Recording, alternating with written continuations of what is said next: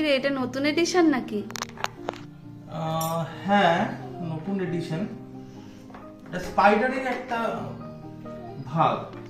আচ্ছা, রিবনও বলে, রিবন স্পাইডারও বলে। হ্যাঁ এটা স্পাইডারই তো, কিন্তু একটু অন্যরকম হ্যাঁ, লাগছে। পাতাগুলো জাস্ট শুধু একটু সরু সরু হবে, আর স্পাইডারের পাতা একটু মোটা হয়, ওই জন্য এটা রিবনও বলে। আচ্ছা,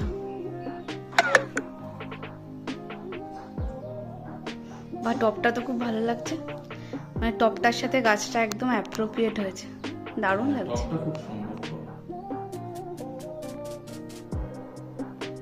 আমাদের তো স্পাইডার রয়েছে আরো, তবে এই স্পাইডারটা কিন্তু ছিল না। না, স্পাইডারটা ছিল না। খুব সুন্দর লাগছে, তবে পাতাগুলো হালকা ব্রাউন ব্রাউন লাগছে। ব্রাউন লাগছে। এটা একটু অন্ধকার জায়গায় ছিল, যেটা এই গাছটার ক্ষেত্রে অ্যাপ্রোপ্রিয়েট নয় একদম। সূর্যের আলোটাও প্রচন্ড লাগে না, কিন্তু অল্প আলো দরকার এটার জন্য। খুব জলের প্রয়োজন হয় না, মাটিটা শুকনো জলটা দিতে হয়। টবে ড্রেনেজ সিস্টেমটা খুব ভালো লাগবে, জলটা একদমই জমতে দেওয়া যাবে না, আচ্ছা তাহলে পাতাগুলো ভালো থাকবে। আচ্ছা এই জন্য পাতাগুলো আর কি একটু কাটিং করে দিচ্ছি। আচ্ছা, মানে সানলাইটটা লাগবে ডিরেক্টলি?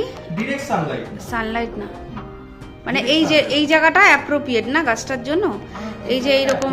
হ্যাঁ হ্যাঁ, এখানে সানলাইটটা ডিরেক্ট আসে না, কিন্তু আবার আলোটাও সুন্দর পড়ে। বা ডের মধ্যে 1 ঘন্টা একটু রোদে দেওয়া যেতে পারে। আচ্ছা, 1 ঘন্টা দেওয়া যেতে পারে। কিন্তু একদম অন্ধকার জায়গা গাছটার জন্য একেবারেই ঠিক না। একদমই ঠিক না। ভালো লাগছে, টপটার সাথে একদম অ্যাপ্রোপ্রিয়েট লাগছে গাছটা। টবটা খুব সুন্দর। টপটা খুব সুন্দর দেখতে। স্পাইডার প্ল্যান্ট, আর বাংলায় বলে রিবন গাছ, তাই তো? হ্যাঁ, রিবন গাছ। আচ্ছা, ভেরি নাইস।